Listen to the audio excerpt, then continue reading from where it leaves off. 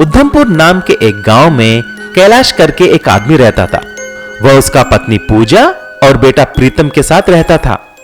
उसके पास जो कुछ भी थी तो वो उसकी एक खटारा साइकिल थी। उसके पास न अपना घर था न गाड़ी, लेकिन उसको हेलीकॉप्टर बहुत अच्छा लगता था। जब भी वो कोई हेलीकॉप्टर देखता तो वो ऐसे ही खड़े हो जाता। सभी लोग गांव में ऑटो और रिक्शा चलाते थे, लेकिन कैलाश उसकी साइकिल के पीछे एक ठेला जैसा लगाकर उस पर ही सबको घुमाकर पैसा कमा लेता था और वह ऐसे ही अपना घर चलाता था। एक दिन उसके पत्नी ने ऐसा बोली, अरे मुझे भी कुछ चाहते हैं, मुझे भी गहने जेवर साड़ियां भी खरीदनी है। जिंदगी भर ऐसा ही जियो क्या? अपना प्रीतम भी बड़ा हो रहा है, कुछ करो और घर में पैसे लाओ। जब देखो उस खटारा साइकिल के साथ घूमते हो। बीवी की बात सुनकर कैलाश उदास हो जाता है। अगले दिन अपनी साइकिल के थैले पर कुछ लोगों को बिठाकर जल्दी से जाने के लिए एक छाते की हैंडल से बस के पीछे की रॉड को पकड़ लेता है और तेजी से जाने लगता है। थोड़े दूर जाते ही बस की तेजी से साइकिल और ठेला सबके साथ नीचे गिर जाते हैं। तभी उसका साइकिल पूरा खराब हो जाता है। अगले दिन उसका दोस्त प्रभु के पास गया और ऐसा बोला, अरे यार प्रभु, तुम्हें पता है ना कि कल मेरा साइकिल और थैला खराब हो गया है, इसीलिए मुझे कुछ पैसा उधार देगा तो अच्छा होगा यार। कैलाश भाई, पैसा उधार देना तो कुछ प्रॉब्लम नहीं है, लेकिन उन पैसों से तुम करोगे क्या? यार मैं एक साइकिल हेलीकॉप्टर बनाऊंगा। तुझे पता है ना मुझे हेलीकॉप्टर कितना पसंद है।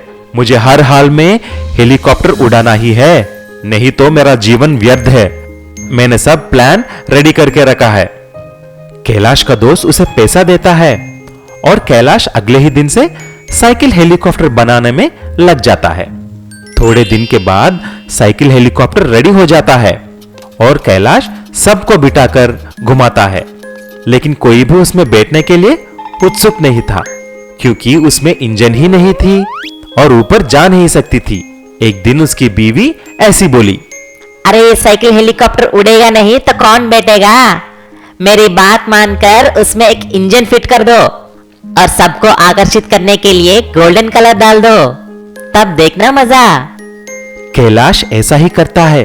साइकिल हेलीकॉप्टर में एक इंजन लगा देता है और पूरे हेलीकॉप्टर को सोने का रंग देता है। फिर सभी यात्रियों को लेकर गोल्डन हेलीकॉप्टर में घुमाता है। थोड़े ही दिन में गोल्डन साइकिल हेलीकॉप्टर बहुत ही फेमस हो जाती है। उसके गांव के लोग और शहर के लोग भी उस गोल्डन साइकिल हेलीकॉप्टर में सवारी होने के लिए आने लगे। ऐसा ही बहुत सारा पैसा कमाया और उसकी दोस्त के पैसे वापस कर लिया। फिर एक दिन उसकी बीवी पूजा और बेटा प्रीतम को लेकर ताजमहल, चार मीनार, गोल्डन टेम्पल और कुतुब मीनार सभी जगह दिखाया। काऊ मिल्क ऑन व्हील्स। पूरनपुर में बिरजू नाम का एक दूध वाला रहता था। उसके पास काफी सारी गायें और भैंसें थी। वह रोज सुबह उनका दूध निकालकर अपनी साइकिल पर बैठकर पूरे गांव में बेचा करता था। वह दूध में बिल्कुल मिलावट नहीं करता था। सभी गांव वाले बिरजू से दूध लेना पसंद करते थे, लेकिन साइकिल पे दूध ले जाने की वजह से उसका दूध जल्दी खत्म हो जाया करता था। अरे बिरजू, अब तो ज्यादा दूध लेकर आया करो भाई, देखो तुम्हारे ग्राहकों को वापस जाना पड़ता है। अरे क्या करूं साहब, चाहता तो मैं भी हूँ, लेकिन साइकिल पर जितना आएगा उतना ही तो लाएंगे ना हम। ऐसा कहकर बिरजू बात टाल देता है, लेकिन घर आकर वो सोचने लगता है, अरे इतने सारे लोगों के लिए दूध अपनी साइकिल पर कैसे ले जाऊं? दूध भी है, भैंसन भी है, गाय भी है, लेकिन कैसे साइकिल पर दूध ले जाऊं? समझ में नहीं आ रहा। तभी उसका बेटा श्यामू वहां आता है। क्या हुआ पिताजी, क्या सोच रहे हैं आप? अरे बचुआ, सोचना क्या है, दूध की इतनी डिमांड है लेकिन मैं पूरा ही नहीं कर पाता हूँ। दूध भी है पर ले जाऊं कैसे बेचने के लिए? तभी श्यामू को एक आइडिया आता है। अगले दिन श्यामू राम से एक टैंकर लेकर आ जाता है। टैंकर देखकर बिरजू श्यामू से कहता है, अरे बचुआ, टैंकर से क्या होगा, इसे चलाएंगे कैसे? तभी श्यामू अपने बैल मोती को लाकर टैंकर के आगे बांध देता है। पिताजी, आज से मोती टैंकर को खींचेगा और आप जितना चाहे दूध ले जाकर गांव में बेच सकते हैं। अब बिरजू की समस्या हल हो गई थी और वह काफी सारा दूध टैंकर में भरकर गांव में बेचने लगा और मोती भी बड़ी खुशी खुशी आराम से टैंकर को खींचकर ले जाता था। सब कुछ ठीक चल रहा था, लेकिन बगल में ही दूसरा दूध वाला सुशील बिरजू से जलने लगा क्योंकि उसकी कमाई बिल्कुल बंद हो गई थी। अब बिरजू ने अधिक दूध बेचना जो शुरू कर दिया था। सुशील अपने दोस्त मुनीर से कहता है, अरे यार मुनीर, इस बिरजू ने तो दुखी कर दिया है। सभी गांव वाले इसी से दूध लेते हैं और अब तो ये टैंकर में दूध लेकर आता है। हमारा तो धंधा ही चौपट हो गया है, क्या करें।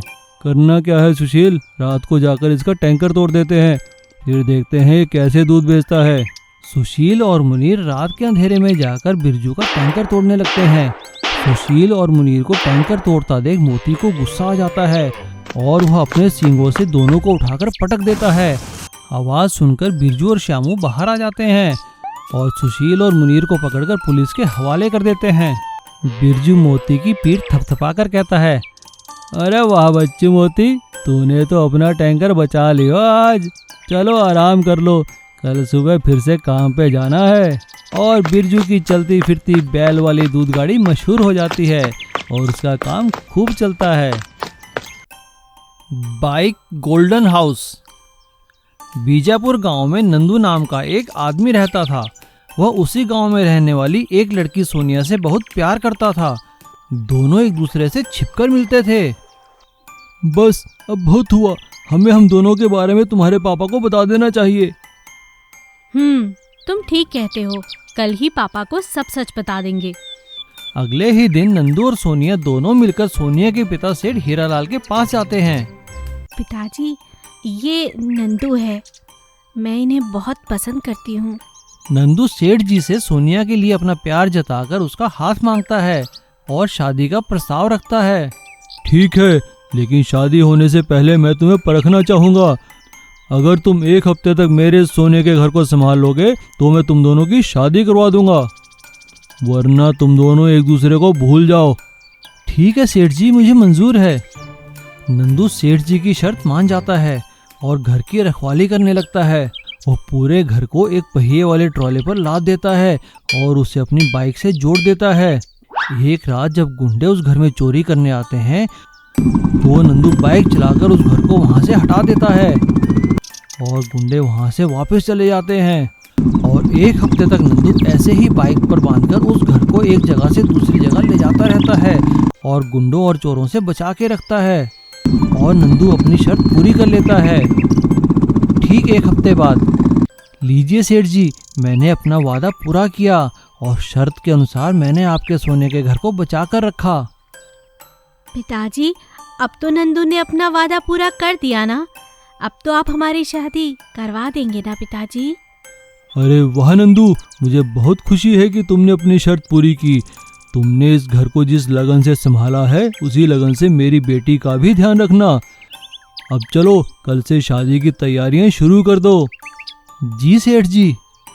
अरे बेटा, अब सेठ जी नहीं पापा कहो और मेरे गले से लग जाओ। सेठ हीरालाल नंदू और सोनिया की शादी बड़े ही धूमधाम से करवाते हैं और नंदू और सोनिया बड़े खुशी खुशी उसी बाइक वाले सोने के घर में रहने लगते हैं। Wooden bike race. सूरजपुर नाम के एक गांव में एक बड़ा डिग्री कॉलेज था। उस कॉलेज में पढ़ने लिखने के लिए आसपास के गांव के लोग और शहर के लोग भी वहां आते थे। क्योंकि वह बहुत ही अच्छा कॉलेज था, इसीलिए उस कॉलेज में अमीर और गरीब स्टूडेंट्स भी पढ़ते थे। इस तरह उस कॉलेज में दो ग्रुप्स बनाए गए। एक ग्रुप का नाम सूरजपुर सनराइजर्स था और दूसरे ग्रुप का नाम सूरजपुर रॉयल्स था। सनराइजर्स गरीबों की ग्रुप थी, लेकिन वह बहुत अच्छे पढ़ते थे।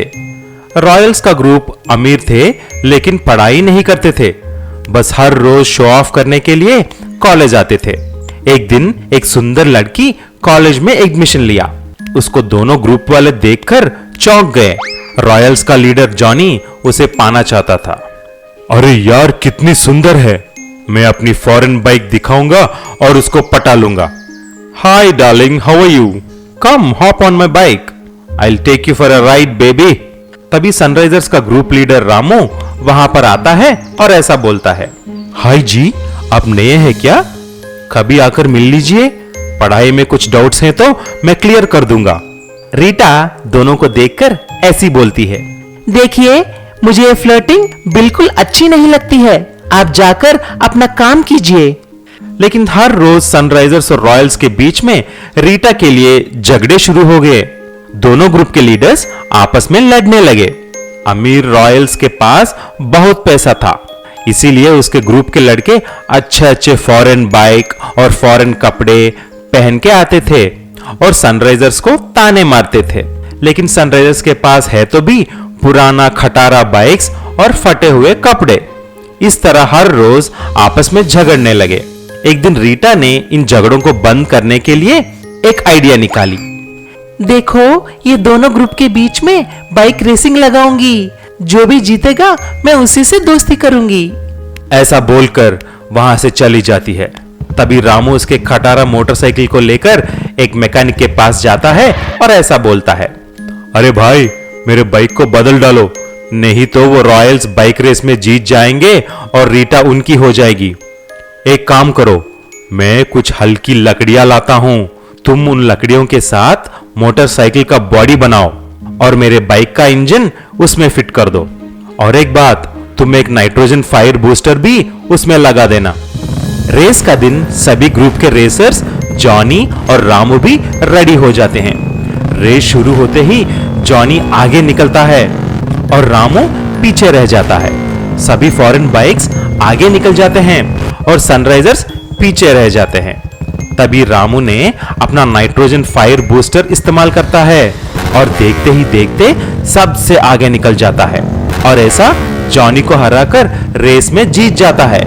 शर्त के मुताबिक रीटा सनराइजर्स के पास आ जाती है। जॉनी शर्मिंदा होकर सिर नीचे कर लेता है। जॉनी को शर्मिंदा हुए देखकर रामू ऐसा बोलता है, अरे रीटा, तुम जॉनी से भी दोस्ती करो, उनको पैसों का घमंड है लेकिन दिल के बहुत अच्छे हैं। ठीक है रामू, ऐसा बोलकर वह तीनों अच्छे दोस्त बन जाते हैं। Please subscribe.